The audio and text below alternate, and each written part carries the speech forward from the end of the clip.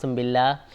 মাসুম, জানতে চাই যে বাণিজ্যিক জাহাজগুলোতে কি ধরনের মালামাল আছে, আর এটা এই যে একসঙ্গে যে তিনটি জাহাজ একসঙ্গে ভিড়লো, এর কারণ কি?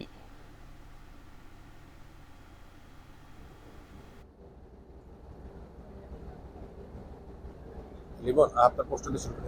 এই যে জাহাজ তিনটিতে কিন্তু এর মধ্যে যদি একটু বলি, মার্স পোর্ট কেলেন যে জাহাজটি, এটা গতকালকে বন্দরে এসেছিল 342টি কন্টেনার নিয়ে, এবং আজকে বন্দরে যে দুটি জাহাজ এসেছে তার ভিতরে একটি রিকন্ডিশন গাড়ির জাহাজ এসেছে এবং আরেকটি জাহাজ এসেছে রূপপুর পারমাণবিক বিদ্যুৎ কেন্দ্রের জাহাজ।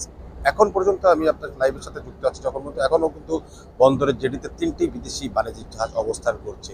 এর মধ্যে কিছুক্ষণ পরে বন্দর ত্যাগ করবে মার্স পোর্ট কেলেন যে জাহাজটি গতকালকে এসেছিল। সেই জাহাজটি রিকন্ডিশন গাড়ি খালাসের কাজ চলছে। আমার পেছনে একটি রিকন্ডিশন গাড়ি, 539টি রিকন্ডিশন গাড়ি নিয়ে একটি জাহাজ এসেছে, পানামা পতাকাবাহী জাহাজ বাটা ভেস্টার। এই জাহাজটি দুপুর নাগাদ মোংলা বন্দরের জেটিতে নোঙর করে এবং ইতিমধ্যে জাহাজ বাটা ভেস্টার, এই জাহাজটি দুপুর নাগাদ মোংলা বন্দরের জেটিতে নোঙর করে এবং ইতিমধ্যে কিন্তু জাহাজ থেকে গাড়ি খালাসের কাজ শুরু হয়ে গেছে। গাড়ি খালাস করে রাখা হয় বন্দরের শেডে এবং পরবর্তীতে কিন্তু আমদানিকারকরা শুল্ক প্রদান করে কিন্তু গাড়িগুলি ছাড়িয়ে নিয়ে যায়।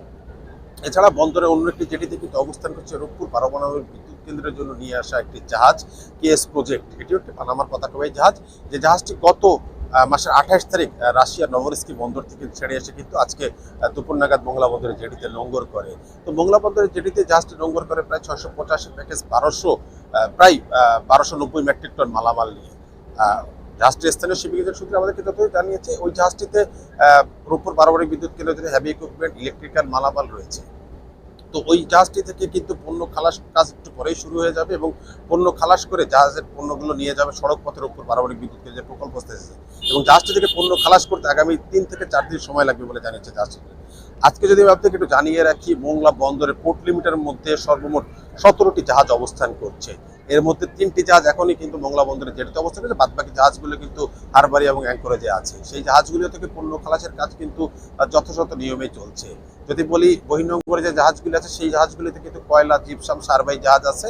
এছাড়া আজকে পর্যন্ত বন্দরে কিন্তু প্রায় 74টি জাহাজ এসেছে এবং গত বছরে কিন্তু এই জানুয়ারি মাসে মোংলা বন্দরে 76টি জাহাজ এসেছে। এখনো যেহেতু মাস শেষের 3 থেকে 4 দিন বাকি আছে, তো বন্দর কর্তৃপক্ষ আশা করছে গত বছরের তুলনায় এবছরের জানুয়ারি মাসে জাহাজের আগমন আরো বৃদ্ধি পাবে বলে মনে হচ্ছে। তো এই ছিল আমার কাছে মোংলা বন্দর থেকে একই দিনে যে 3টি জাহাজ বন্দরের জেটিতে অবস্থান করছে তার সর্বশেষ তথ্য। মোংলা বন্দরে একসঙ্গে একাধিক জাহাজ এই ভেড়ার ঘটনাকে বন্দরের কার্যক্রমে নতুন গতি হিসেবে দেখা হচ্ছে, সে খবর জানাচ্ছিলেন মাসুম বিল্লাহ। নিচ্ছি একটি বিরতি।